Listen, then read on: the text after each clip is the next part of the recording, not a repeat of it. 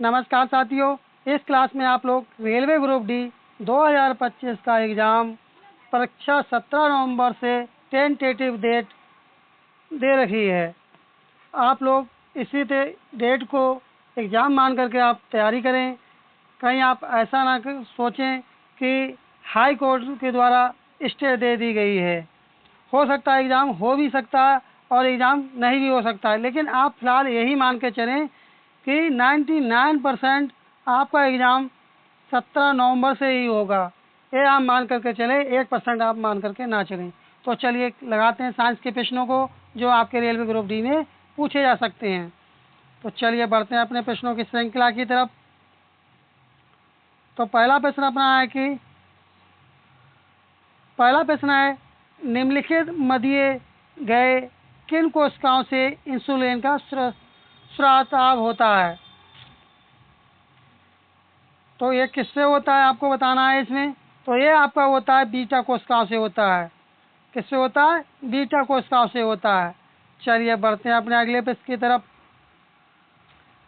अगला प्रश्न है कि निम्नलिखित दिए गए किस ग्रंथि द्वारा वृद्धि हार्मोन का स्राव होता है।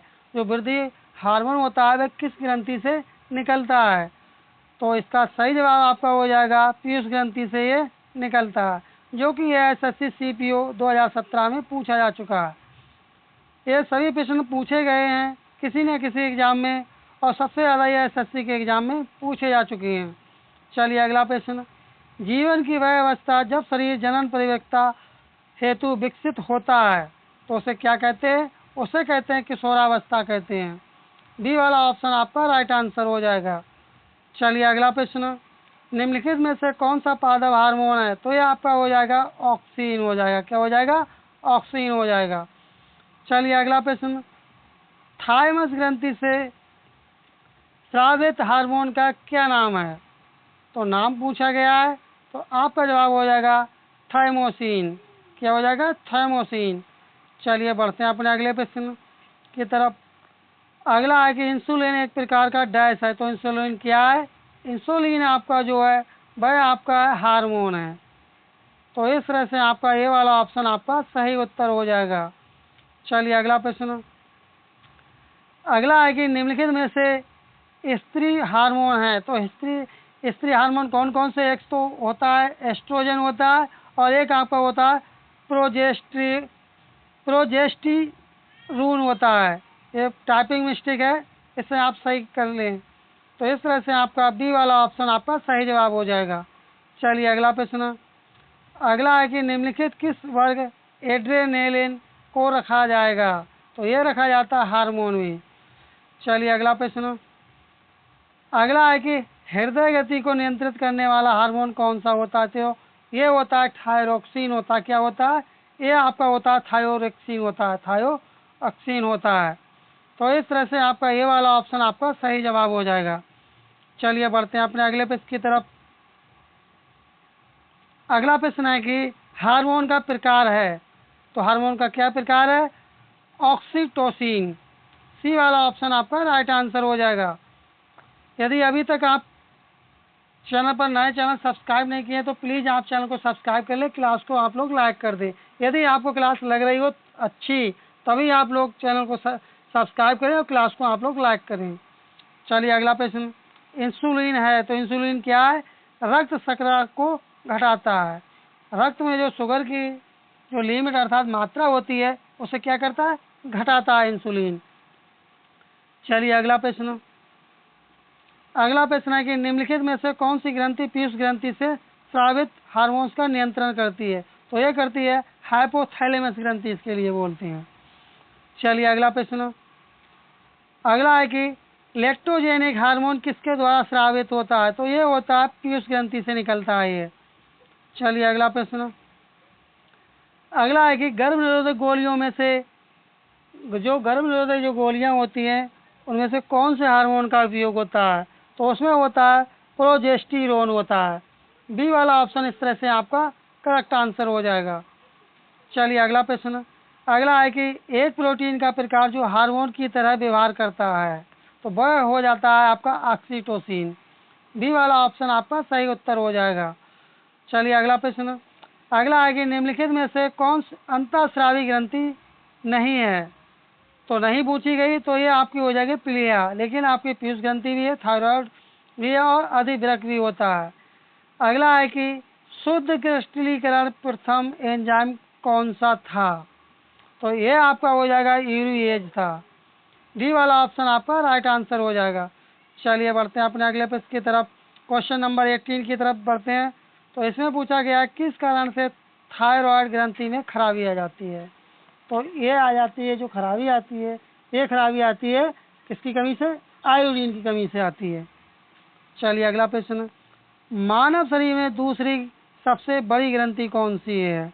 तो ये हो जाएगी आपकी दूसरी पूछे तो अग्नाशय हो जाएगा, और पहली पूछे तो आप क्या टिक करेंगे, आप जरा कमेंट करके बताओ पहली ग्रंथि कौन सी हो जाएगी।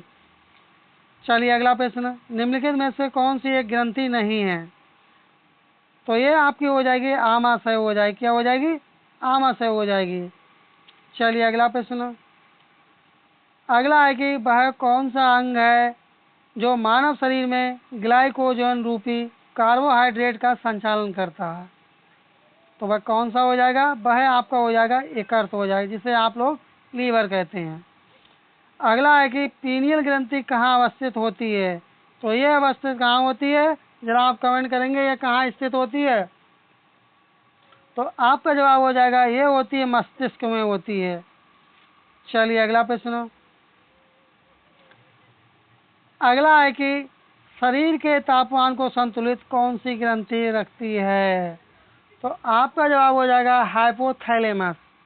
डी वाला ऑप्शन आपका राइट आंसर हो जाएगा।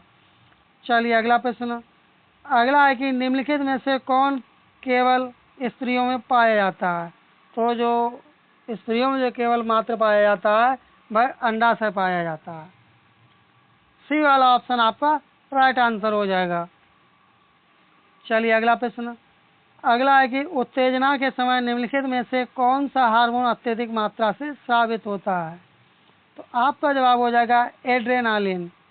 सी वाला ऑप्शन आपका सही उत्तर हो जाएगा। चलिए अगला प्रश्न, मानव शरीर की कौन सी ग्रंथि पीयूष ग्रंथि से हार्मोन के रिसाव को नियंत्रित करती है। तो ये करती है हाइपोथैलेमस करती है। चलिए अगला प्रश्न, अगला है कि रक्तदाब नियंत्रण हेतु कौन सी ग्रंथि उत्तरदायी है। तो ये आपकी हो जाएगी अधिवृक्क ग्रंथि हो जाएगी। चलिए अगला प्रश्न, कमेंट करें आप लोग, आपको क्लास कैसी लग रही कमेंट करके अवश्य बताएं। यदि अभी तक आप चैनल पर नए, चैनल सब्सक्राइब नहीं किए तो प्लीज़ आप लोग चैनल को सब्सक्राइब कर लें और क्लास को आप लोग लाइक कर दें। इसके बाद में जो आपके लिए क्लास होगी, वो क्लास जो आपके लिए होगी उसमें NCERT के आपके लिए A to Z क्वेश्चंस मिलेंगे जो आपके परीक्षा पेपर में आएंगे, और इस क्लास से भी आपके लिए कई प्रश्न आपके लिए ग्रुप डी के पेपर में आपको डायरेक्ट देखने को मिलेंगे इसी क्लास से। चलिए अगला प्रश्न, मानव शरीर के सबसे बड़ी मिश्रित ग्रंथि कौन सी है। तो आपका जवाब हो जाएगा अग्नाशय हो जाएगा। चलिए अगला प्रश्न, अगला है कि एंजाइम्स क्या हैं, जो एंजाइम्स होते हैं वो बेसिकली क्या होते हैं। तो कमेंट करके आप बताएं एंजाइम्स क्या होते हैं बेसिकली। क्या ये सूक्ष्मजीवी होते हैं, क्या प्रोटीन्स होते हैं सूक्ष्मजीवी, या मोल्डस होते हैं। यहाँ पर ये डबल लिखे गया ऑप्शन में, आप इसे एक स्किप कर सकते हैं। तो आपका इसका सही जवाब हो जाएगा प्रोटीन्स होते हैं। बी वाला ऑप्शन आपका सही उत्तर हो जाएगा। चलिए अगला प्रश्न, अगला है कि पीयूष ग्रंथि अवस्थित होती है, जो पीयूष ग्रंथि होती है वह कहाँ स्थित होती है। वह स्थित होती है मस्तिष्क के तल पर स्थित होती है। इस तरह से बी वाला जो ऑप्शन होगा आपका, यही आपका सही उत्तर हो जाएगा। चलिए अगला प्रश्न, निम्नलिखित में मानव शरीर में उपस्थित सबसे छोटी ग्रंथि कौन सी है। तो सबसे छोटी ग्रंथि पूछी गई है तो आप कहेंगे ये होती है पीयूष ग्रंथि होती है। सी वाला ऑप्शन आपका सही उत्तर हो जाएगा। चलिए अगला प्रश्न, अगला है कि मानव शरीर में सबसे बड़ा अंग कौन सा है। तो जो मानव शरीर होता है उसमें सबसे बड़ा अंग कौन सा होता है, आप जरा कमेंट करके बताएं सबसे बड़ा अंग कौन सा होता है। इसका जवाब आपके लिए कमेंट करके बताना है कि सबसे बड़ा अंग कौन सा होता है। अगला है कि निम्नलिखित में से कौन सी ग्रंथि सेक्स हार्मोन के लिए उत्तरदायी है? तो आपका जवाब हो जाएगा अधिविरक्त ग्रंथि। ए वाला ऑप्शन आपका राइट आंसर हो जाएगा। चलिए अगला प्रश्न। अगला है कि मधुमेह डायबिटीज मेलाइटस किस हार्मोन के अल्पस्राव से होता है? तो ये होता है इंसुलिन से होता है। चलिए अगला प्रश्न। अगला प्रश्न है कि ACT जिसे कहते हैं आप ACT हार्मोन किसके द्वारा स्रावित होते हैं? तो ये होते हैं पीयूष ग्रंथि के द्वारा होते हैं। तो इसे देख लेते हैं, इसका एक्सप्लेनेशन देख लेते हैं। एड्रीनो कोर्टिकोट्रोपिक हार्मोन ACT एच का स्राव पीयूष ग्रंथि द्वारा होता है। इसका प्राथमिक कार्य अधिविरक्त ग्रंथि से कोर्टिसोल का स्राव करना। चलिए बढ़ते हैं अपने अगले प्रश्न की तरफ। तो इस तरह से अपनी ये श्रृंखला यहीं पर कंप्लीट होती है।